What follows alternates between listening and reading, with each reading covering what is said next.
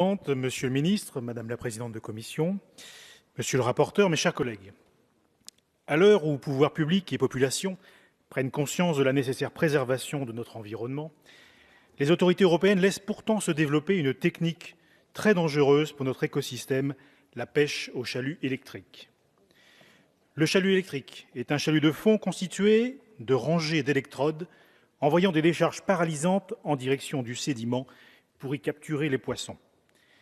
Il s'est développé en vue de proposer une solution alternative au chalut à perche très impactant pour les fonds marins. Interdite en Europe en 1998, en même temps que la pêche aux explosifs, la technique controversée de la pêche électrique a toutefois été réintroduite par le biais d'un statut dérogatoire en 2007, puisque l'Union européenne, sous la présidence des Pays-Bas, a autorisé chaque État membre à s'équiper jusqu'à 5% de leur flotte de chaluts à perche au titre d'une expérimentation. Profitant allègrement de cette autorisation, les Pays-Bas ont équipé leurs navires.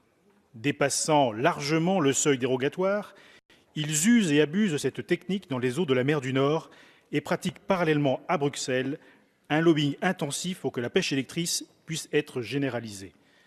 Je précise par ailleurs que le nombre de licences actuellement accordées apparaît largement supérieur au niveau habituellement associé aux recherches scientifiques. Les Néerlandais évoquent une technique innovante qui participe aux objectifs de réduction des émissions carbone. Nous ne sommes pas dupes. Seul le profit de court terme justifie l'usage de cette technique.